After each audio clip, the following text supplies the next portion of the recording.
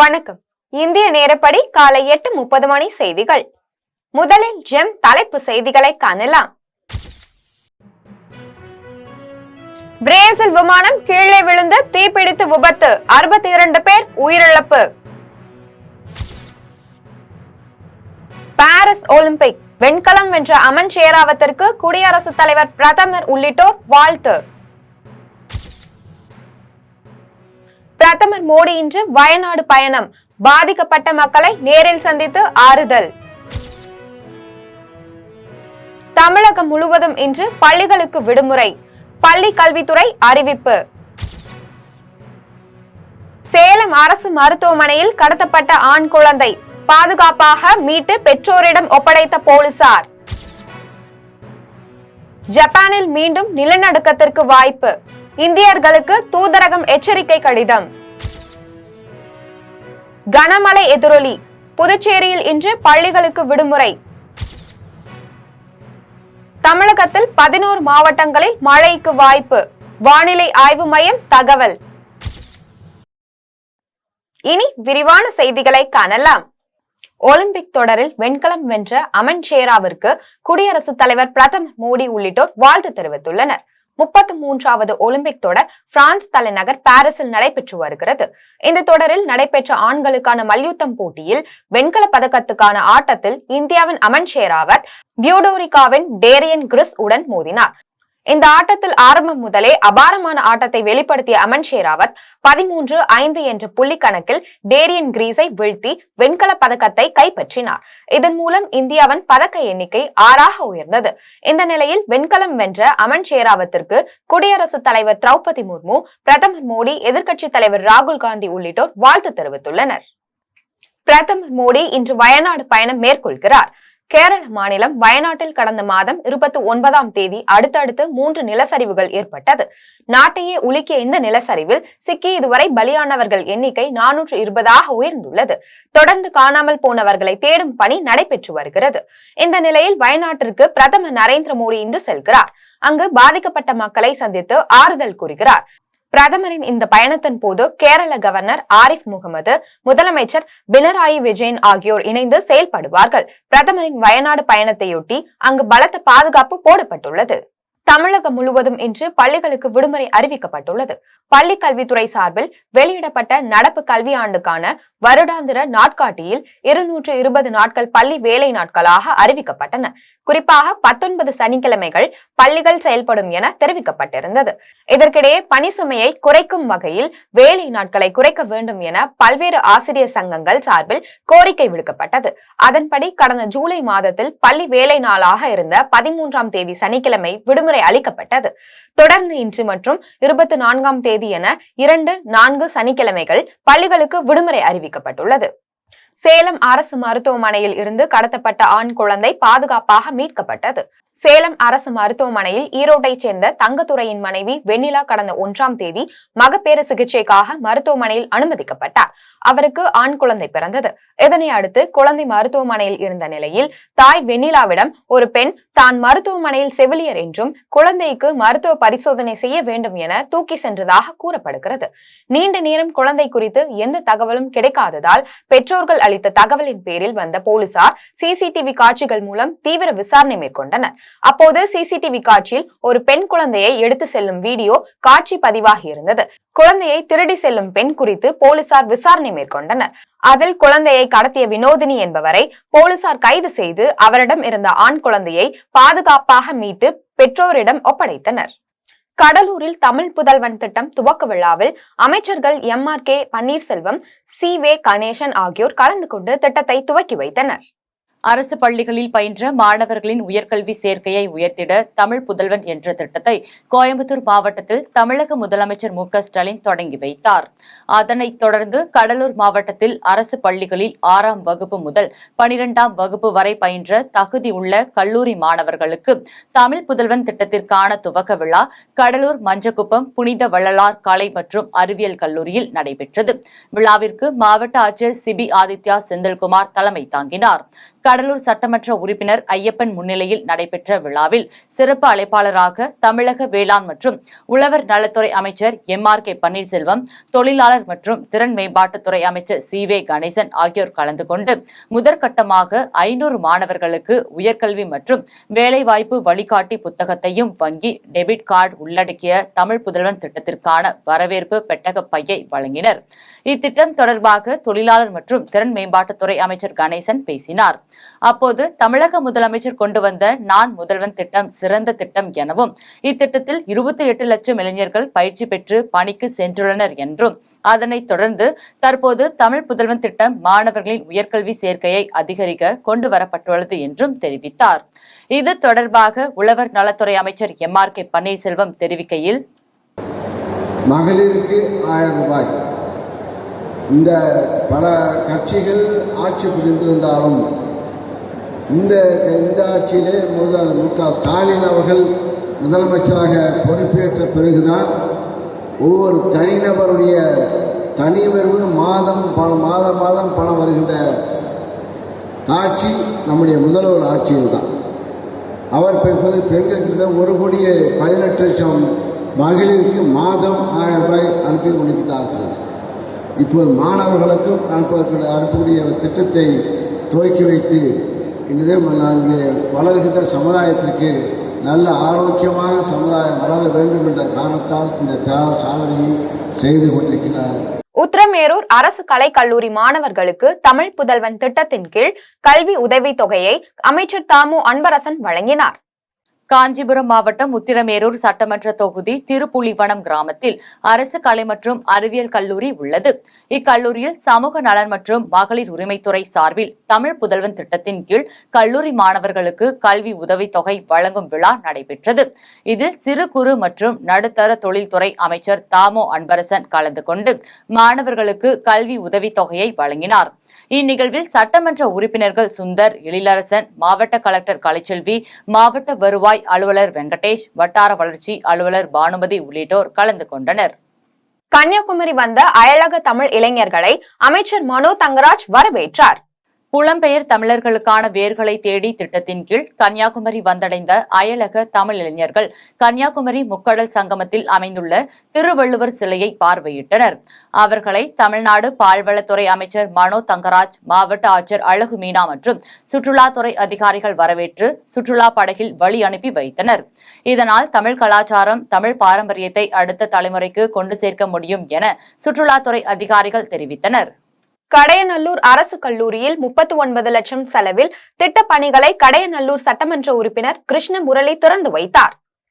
தென்காசி மாவட்டம் கடையநல்லூர் அருகே அசோக் நகரில் உள்ள அரசு கலை மற்றும் அறிவியல் கல்லூரியில் கடையநல்லூர் சட்டமன்ற உறுப்பினர் கிருஷ்ணமுரளி தனது தொகுதி மேம்பாட்டு நிதியிலிருந்து 20 லட்சம் ரூபாய் செலவில் பேவர் பிளாக் மற்றும் 9 லட்சம் செலவில் 20 கம்ப்யூட்டர்கள், 10 லட்சம் செலவில் சுத்திகரிப்பு குடிநீர் வசதி என மொத்தம் 39 லட்சம் ரூபாய் செலவில் திட்டப் பணிகளை திறந்து வைத்தார்.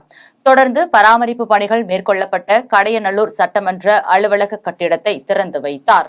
அப்பொழுது மாவட்ட துணை செயலாளர்கள் மாரியப்பன், கடையநல்லூர் நகர செயலாளர் முருகன் உட்பட அதிமுகவை சேர்ந்த ஏராளமான நிர்வாகிகள் கலந்து கொண்டனர். மன்னார்குடியில் மாணவ மாணவிகளுக்கு விலையில்லா மிதிவண்டி வழங்கும் நிகழ்ச்சியை மாவட்ட ஆட்சியர் தலைவர் சாருஸ்ரீ துவக்கி வைத்தார். திருவாரூர் மாவட்டத்தில் 5,16 லட்சம் ரூபாய் மதிப்பீட்டில் 10,712 மாணவ மாணவிகளுக்கு விலையில்லா மிதிவண்டி வழங்கும் நிகழ்ச்சி மன்னார்குடியில் நடைபெற்றது. அரசு பெண்கள் மேல்நிலைப்பள்ளி வளாகத்தில் நடைபெற்ற நிகழ்ச்சியில் மாவட்ட ஆட்சித்தலைவர் சாருஸ்ரீ கலந்து கொண்டு மாணவ மாணவிகளுக்கு விலையில்லா மிதிவண்டிகளை வழங்கி பேசினார். இந்நிகழ்ச்சியில் மாவட்ட ஊராட்சி தலைவர் தலைமங்கலம் பாலு, மாவட்ட முதன்மை கல்வி அலுவலர் புகழேந்தி மற்றும் கல்வித்துறை அதிகாரிகள், பள்ளி தலைமை ஆசிரியர்கள், மாணவ மாணவிகள் பலர் கலந்து கொண்டனர்.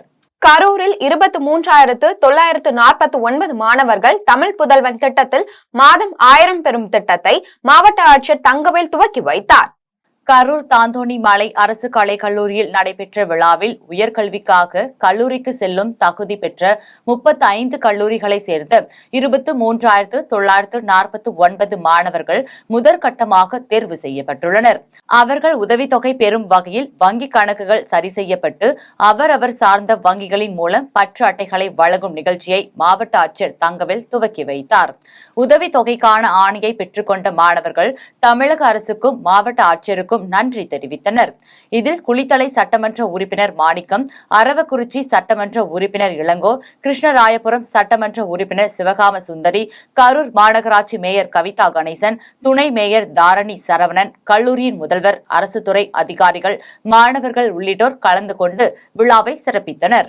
திருவாரூர் அருகே சைக்கிளில் சென்ற நபரை மர்ம நபர்கள் வெட்டி படுகொலை செய்த சம்பவம் பரபரப்பை ஏற்படுத்தியுள்ளது. திருவாரூர் மாவட்டம் கோட்டூர் அருகே நடுவக்களப்பால் பகுதியை சேர்ந்தவர் மாரிமுத்து, அருள்மேரி தம்பதி. இவர்களுக்கு 2 மகன்கள் உள்ளனர். இந்நிலையில் இவர் களப்பால் கடை வீதிக்கு சைக்கிளில் சென்றுவிட்டு மீண்டும் வீட்டிற்கு வந்து கொண்டிருந்தார். அப்போது மர்ம நபர்கள் அவரை வழிமறித்து சரமாரியாக வெட்டிவிட்டு தப்பி ஓடினர். இதில் ரத்த வெள்ளத்தில் அவர் சம்பவ இடத்திலேயே உயிரிழந்தார். இதுகுறித்து தகவல் அறிந்து வந்த போலீசார் இறந்தவரின் உடலை மீட்டு பிரேத பரிசோதனைக்காக மன்னார்குடி அரசு மருத்துவமனைக்கு அனுப்பி வைத்து தப்பி ஓடிய கொலையாளிகளை தேடி வருகின்றனர். வேலூரில் உள்ள தனியார் கல்லூரியில் தமிழ் புதல்வன் திட்டத்தை சட்டமன்ற உறுப்பினர்கள் கார்த்திகேயன், நந்தகுமார், அமுலு ஆகியோர் தொடங்கி வைத்தனர். வேலூரில் உள்ள தனியார் கல்லூரியில் மாணவர்களுக்கு மாதந்தோறும் 1000 வழங்கும் தமிழ் புதல்வன் திட்டத்தை மாவட்ட ஆட்சியர் சுப்புலட்சுமி தலைமையில் சட்டமன்ற உறுப்பினர்கள் கார்த்திகேயன், நந்தகுமார், அமுலு ஆகியோர் தொடங்கி வைத்தனர். நிகழ்ச்சியில் மேயர் சுஜாதா, துணை மேயர் சுனில், மாவட்ட ஊராட்சி தலைவர் பாபு, குடியாத்தம் நகர்மன்ற தலைவர் சவுந்தர் உள்ளிட்டோர் கலந்து கொண்டு தமிழ் புதல்வன் திட்டம் மூலம் மாணவர்கள் ரூபாய் 1000 பெறும் ஸ்மார்ட் கார்டுகளை மாவட்ட ஆட்சியர் சுப்புலட்சுமி வழங்கினார். இதன் 47 கல்லூரிகளில் பாலிடெக்னிக் மற்றும் பொறியியல் கல்லூரிகளை சேர்ந்த 4983 மாணவர்கள் பயனடைந்தனர். திருப்பத்தூர் அருகே கஞ்சா போதையில் இருசக்கர வாகனத்தில் வேகமாக வந்த இளைஞர் ஒருவர் முதியவர் மீது மோதியதில் காயமடைந்தார். திருப்பத்தூர் மாவட்டம் தோரணம்பதி பகுதியை சேர்ந்த முதியவர் ராஜா என்பவர் தனது இருசக்கர வாகனத்தில் கொரட்டிக்கு சென்று கொண்டிருந்தார். அப்போது சாலையை கடப்பதற்காக இருசக்கர வாகனத்தை தள்ளிக்கொண்டு சென்றபோது அங்கு இருசக்கர வாகனத்தில் அதிவேகமாக வந்த விக்னேஷ் என்பவர் முதியவரின் இருசக்கர வாகனத்தின் மீது மோதியதில் முதியவர் லேசான காயங்களுடன் உயிர் தப்பினார். மேலும் விக்னேஷ் தடுப்பு சுவர் மீது மோதி கால் முறிவு ஏற்பட்டது. பின்னர் அங்கிருந்த பொதுமக்கள் விக்னேஷை மீட்டு சிகிச்சைக்காக திருப்பத்தூர் அரசு மருத்துவமனைக்கு அனுப்பி வைத்தனர். இதுகுறித்து தகவல் அறிந்து வந்த போலீசார் விசாரணை மேற்கொண்டதில் விபத்தை ஏற்படுத்திய விக்னேஷ் கஞ்சா போதையில் இருந்தது தெரியவந்தது. மேலும் விபத்து குறித்து போலீசார் விசாரணை மேற்கொண்டு வருகின்றனர். பிரதமர் நரேந்திர மோடியை பற்றி பேச உதயநிதி ஸ்டாலினுக்கு என்ன தகுதி இருக்கிறது என்றும், உதயநிதியின் தியாகம் என்றால் நயன்தாராவோடு டூயட் பாடியதுதான் என்றும் நெல்லை ஆவரைக்குளத்தில் நடைபெற்ற பட்ஜெட் விளக்க பொது கூட்டத்தில் பாஜக மாநில பொதுச் செயலாளர் ராம சீனிவாசன் தெரிவித்துள்ளார். நெல்லை மாவட்டம் ஆவரைக்குளம் பேருந்து நிலையம் முன்பு ராதாபுரம் தொகுதி பாரதிய ஜனதா கட்சி சார்பில் 2024ஆம் ஆண்டிற்கான பட்ஜெட் விளக்க பொதுக்கூட்டம் நடைபெற்றது.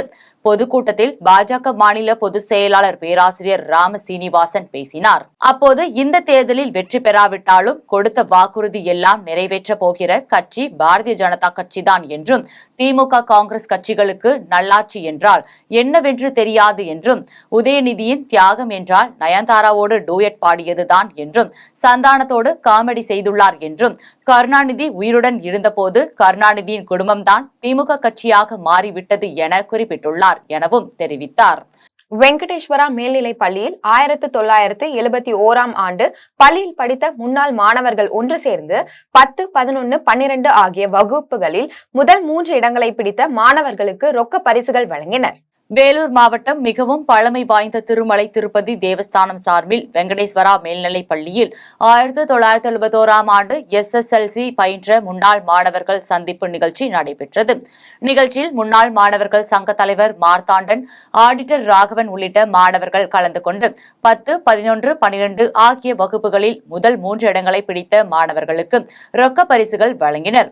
இதேபோன்று தமிழில் முதலிடம் பிடித்த மாணவருக்கு பரிசு பொருட்களையும், சாரண சாமானியர் சீருடை வழங்கினர். மேலும் இப்பள்ளியின் தேர்ச்சி சதவிகிதத்தை 90% உயர்த்தி காட்டிய தலைமை ஆசிரியர் நெப்போலியன் உள்ளிட்ட ஆசிரியர்களுக்கு விருதுகளை வழங்கி கௌரவித்தனர். விருதாச்சலம் அருகே பொது இடத்தை தனிநபர் ஒருவர் ஆக்கிரமித்து இருப்பதை கண்டித்து பொதுமக்கள் காலி குடங்களுடன் சாலை மறியல் போராட்டத்தில் ஈடுபட்டனர்.